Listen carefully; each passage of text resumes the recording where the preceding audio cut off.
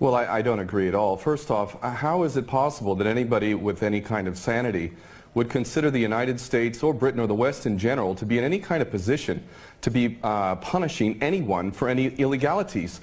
If we want to take a look at Iraq, there is at least 1 million, probably even close to 2 million dead. We invaded that country, destroyed it, created millions of orphans, millions of refugees, and never even so much as apologized for that. Let's go back to Vietnam, where we dropped 20 million bombs, more than all of World War II combined. We have destroyed so many countries. We have tortured and killed and maimed and raped around this planet. Who in the hell in their right mind would consider the United States or the West in general to be in any position to punish anybody? Never mind the obvious facts that this is a false flag attack and a long list of false flag attacks, which let's get into that, please. Well, we don't operate under international law. What we have is the color of law, the law of the jungle, in which the rich and the powerful basically determine what goes and what doesn't go. Iraq is a perfect example of that. Why isn't Tony Blair and George Bush rotting away in a prison cell for the rest of their lives? Because the law is not being applied. These are war criminals, and they should be in prison for the rest of their lives, if not executed, if their own rules were adhered to for their own crimes. Not only that, but we need to really understand the truth here. First off, all of these players, these politicians, are nothing more than puppets. They don't serve the people. There is no real democracy. They really serve the rich and powerful who run the world, and that would be the bankers who control the money supply. The bankers, of course, make huge amounts of money. Whether they make bad investments or not, wars are great for them, and ultimately they control the politicians, and that is why we see these policies. Obama and Cameron are nothing more than puppets who read the script, and the script is we need another war. And the reason why we need another war, according to these psychopaths who are running the world, is because more and more people, despite the clueless masses who continue to be entranced by things so ridiculous as X Factor and American Idol, there is larger numbers of people around the world who are realizing the truth and beginning to recapture the capacity to think for themselves. And they can see that these people who are being put in positions of public trust are defying that trust and representing an agenda which they could never speak about openly, because they're nothing more than prostitutes and nothing more than minions for the powers that be.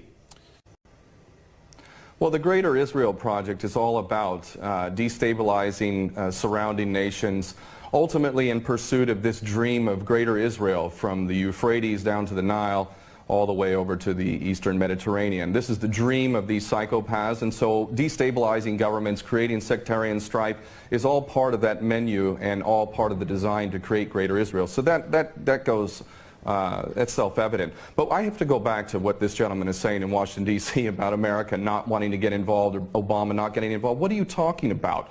We have been arming people directly who are Al-Qaeda. Al-Nusra Front is Al-Qaeda. These people are psychopaths to the worst order. They're conducting suicide attacks. They're gassing people. We know, Carla Del Ponte said in May, that it was the so-called rebels in Syria that were using sarin gas, not the Bashar al-Assad regime. No, it was not. We know that the United States President is arming people who are on the U.S. terrorist list. He should be convicted of aiding and abetting, giving material support to a terrorist organization. But then again, you know what? We, the West, the United States in particular, Israel and Britain, are the biggest terrorists on the planet. So our little junior partners in Al-Qaeda, which is nothing more than a CIA database, thus the name Al-Qaeda, this is nothing more than a group of terrorists working together, each playing one different role, but all of them working together for the same goal, which is to maintain this hideous and sick and twisted, unjust world that we have, which is a perpetual state of war.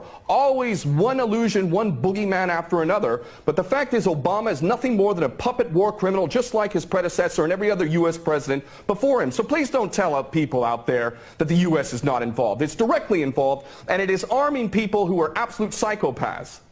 Because the United States has never been interested in anything. O'Keefe, go ahead. Has never been interested in anything other than war. The United States is in a perpetual state of war because the bankers control the politicians, and they read the script as given to them by the banksters, and they make huge amounts of money off of this.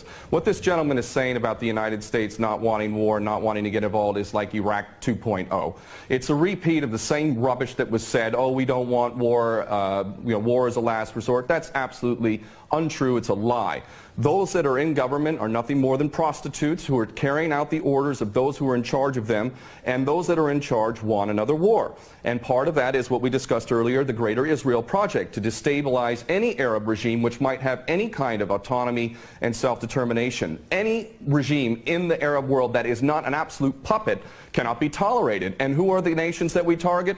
Those that are not puppets. We don't target those like the Saudi regime, which is the biggest human rights violator in that region. It's cutting off people's heads in public, cutting off hands. It is the most grotesque regime on the planet, and yet we give that regime weapons and it's no problem whatsoever. The duplicity and hypocrisy of the United States and the West can't even be measured. It is so enormous. And these mouthpieces, such as this gentleman in Washington, is only doing a disservice to himself and his country. And the fact is that American sons and daughters will get involved in this yet again, and these chicken hawks who are pretending to care about the Syrian people are going to be sacrificing not their own sons and daughters. I would like this man to send his sons and daughters and his grandchildren off to Syria when this turns into a greater conflict, because this is what we're flirting with, is a world war, a third world war. This is not a joke. We are flirting with a third world war on the basis that apparently we care so much about the Syrian people, just like we care so much about the Iraqi people and the Afghani people.